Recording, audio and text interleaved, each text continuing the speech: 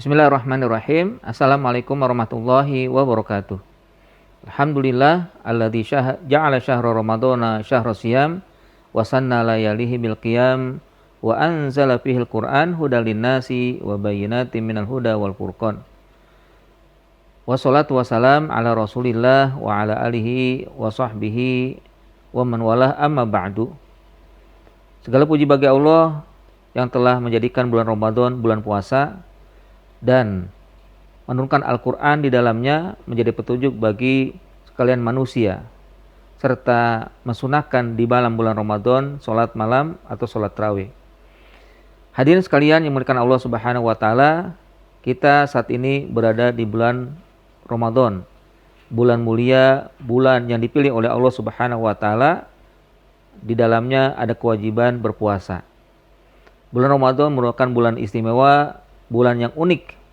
Bahkan kalau kita lihat di dalam Al-Quran, hanya sekali bulan yang disebutkan oleh Allah, dan hanya satu bulan yang disebutkan oleh Allah dalam Al-Quran, yaitu Ramadan. Sebagaimana dalam firman-Nya, Syahru Ramadan alladzi unzila fihil Qur'an. Bulan Ramadan adalah bulan diturunkannya Al-Quran sebagai petunjuk hudal linnas wa bayyinatin minal huda. Ada penjelasan dari hidayah tersebut, dan juga wal furqan, sebagai pembeda antara yang benar dan yang salah, hak dan batil. Hakikatnya bahwa Ramadan merupakan sesuatu yang ingin Allah sampaikan kepada kita sebagai kaum muslimin. Karenanya kita pasti berbangga dan berbahagia diberikan kesempatan berada di dalam bulan Ramadan. Ramadan kalau kita lihat, dia merupakan sarana Allah untuk menunjukkan bagaimana komitmen orang beriman dalam segala aspek kehidupannya. Paling tidak ada 5 komitmen yang Allah inginkan agar setiap orang beriman menunjukkan komitmennya di hadapan yang telah memberikan hidayah kepadanya. Pertama adalah komitmen keimanan, bahwa Allah menyeru, Allah memanggil, ya ayyuhalladzina amanu, wahai orang-orang beriman. Bahkan kalau saya perhatikan, atau mungkin ketika pemirsa memperhatikan ayat Al-Quran, dari 5 kewajiban yang ada di rukun Islam, hanya puasa yang diawali perintahnya dengan seruan orang-orang beriman. Sholat misalkan tidak ada disebutkan ya ayyuhalladzina amanu aqimus sholah. Zakat misalkan tidak disebutkan ya ayyuhalladzina amanu atuz zakah. Begitupun dengan ibadah haji, ya ayyuhalladzina amanu ya hajjul bait, tidak ada.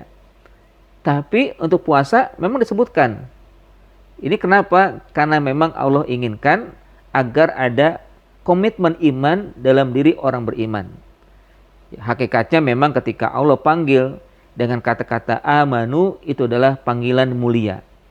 Panggilan yang sangat mengisyaratkan itu kan, agar seseorang yang dipanggil itu menyadari dan memahami bahwa dia dipanggil dengan bentuk yang mulia. Mungkin juga pemirsa merasakan ketika dipanggil dengan panggilan yang kita inginkan, yang sangat membanggakan kita, dipanggil gitu. Dipanggil nama aja oleh orang yang mulia, kita sangat terasa gitu kan, akan kemuliaan yang memang dilakukan oleh seseorang itu. Apalagi zat yang maha mulia, Allah Subhanahu wa Ta'ala. Ya ayyuhalladzina amanu, artinya wahai orang-orang beriman, wahai kalian yang mulia. Nah, kalau kata Ibnu Mas'ud, kalau ada seruan, pasti ada sesuatu yang Allah ingin sampaikan setelahnya. Maka perhatikanlah, kata beliau. Apakah itu nanti perintah yang menjadi petunjuk agar kita melakukannya lalu mendapatkan pahala, atau larangan yang harus kita tinggalkan lalu kita juga mendapatkan pahala dari meninggalkan larangan-larangan tersebut. Ya paling tidak memang komitmen iman kita adalah kita wujudkan 3 hal. Pertama, perkataan, kita mengucapkan la ilaha illallah, kita bersyahadah bersaksi tiada Tuhan selain Allah. Dan yang kedua adalah perasaan, bahwa kita kuatkan perasaan kita, kita yakin betul bahwa kita beriman kepada Allah. Hanya karena Allah kita melakukan aktivitas, hanya karena Allah kita berbuat, hanya kalau Allah juga kita melaksanakan kehidupan ini sebagaimana yang ada di dalam surat Al-An'am, Qul inna sholati wa nusuki wa mahyaya wa mamati lillahi rabbil alamin. Katakanlah bahwa sholatku, ibadahku, hidupku dan matiku hanya untuk Allah Subhanahu wa taala. Perasaan kita yakin kepada Allah Subhanahu wa taala. Dan diiringi juga dengan perbuatan. Kita laksanakan segala perintah Allah dengan sebaik-baiknya. Kita lakukan apa yang menjadi bagian yang memang Allah jadikan nanti agar kita mendapatkan pahala yang berlipat ganda, yaitu dengan amal-amal. Inilah komitmen iman kita. Lalu yang kedua, kutiba alaikumusiyam, itulah komitmen ibadah. Hakikatnya bukan sekadar ibadah, tapi di situ ada tujuan yang penting, yaitu la'allakum tattaqun. Orang beriman perlu meningkatkan jati dirinya di sisi Allah. Berpuasa sebagai proses, takwa adalah tujuan utamanya. Karenanya komitmen ibadah mari kita laksanakan, kita jadikan bahwa Ramadan di dalamnya puasa, kita laksanakan sebaik-baiknya, sehingga dengan puasa insya Allah kita menjadi orang yang lebih baik lagi di sisi Allah. Lalu yang ketiga adalah komitmen Quran kita. Karena Allah turunkan Al-Quran di bulan Ramadan. Syahrul Ramadan alladzi unzila fil Quran. Apa yang harus kita lakukan dengan Al-Quran? Ya minimal baca. Ya, baca. Syukur-syukur, berusaha untuk meningkatkan setelah baca. Baik dengan membaca makna atau terjemahnya. Ya. Lalu mengerti isi kandungan Al-Quran. Syukur-syukur setelah itu kita hafal. Syukur-syukur setelah itu kita bisa mengamalkan lebih baik lagi.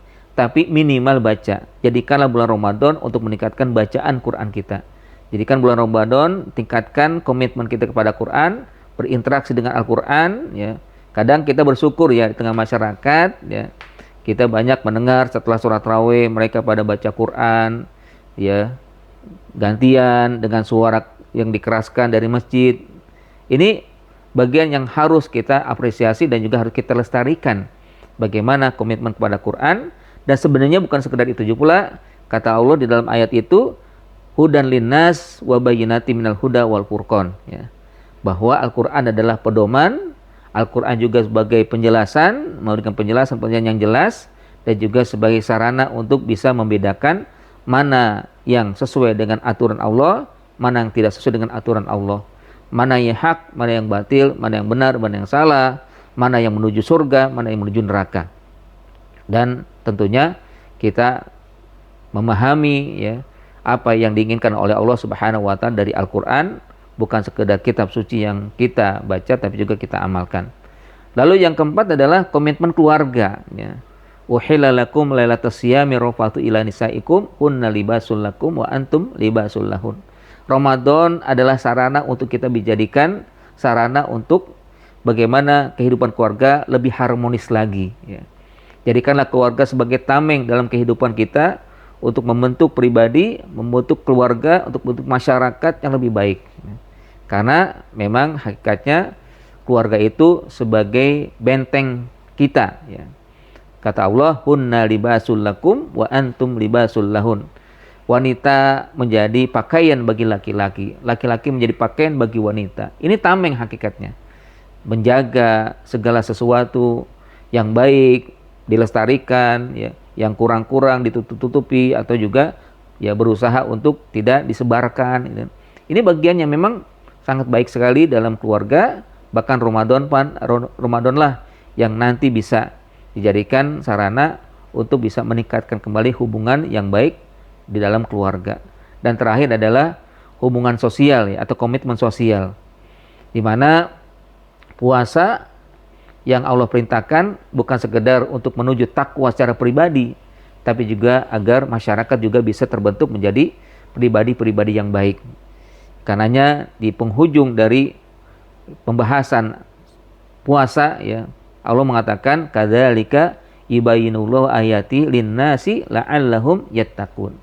Begitulah Allah jelaskan tentang hal-hal yang terkait dengan puasa kepada seluruh manusia agar kelak mereka menjadi orang yang bertakwa. Kalau yang pertama la'allakum tattaqun, kalian wahai orang beriman, nanti yang terakhir disebutkan la'allahum, agar mereka menjadi orang-orang yang bertakwa. Masyarakat juga kita ajak, ayo kita tingkatkan, ayo kita laksanakan segala perintah Allah, terutama puasa dan juga qiyamul lail ya. Karena hakikatnya kata Nabi, innallaha farada 'alaikum siyama ramadan wa sanantu layalihi. Dua hal yang kata Nabi, Allah wajibkan berpuasa di siang hari. Yang kedua adalah Allah sunnahkan ya qiyamul lail di malam harinya. Nah, faman shamahu wa qamahu ihtisaban kharaja minadz dzunub kayaumin waladathu ummu. Siapa saja yang berpuasa lalu juga melaksanakan qiyamul lail karena Allah, karena mengharap ridho Allah, maka akan keluarlah kesalahan-kesalahannya dan nanti dia menjadi orang yang baru, seakan baru dilahirkan dari rahim ibunya, seperti bayi yang tanpa dosa. Subhanallah, ini 5 komitmen yang hendaknya kita patut memahami Ramadan, walaupun memang sudah alhamdulillah kita lewati 10 hari lebih, dan mudah-mudahan 10 hari yang kita lalui menjadi ya menambah mizan hasanah kita, dan kita bisa tingkatkan lagi di waktu-waktu yang akan datang. Sisa Ramadan ya ke depan kita bisa optimalkan sehingga menjadi Ramadan terbaik pada tahun ini. Mudah-mudahan ini bermanfaat. Aqul qouli hadza. Assalamualaikum warahmatullahi wabarakatuh.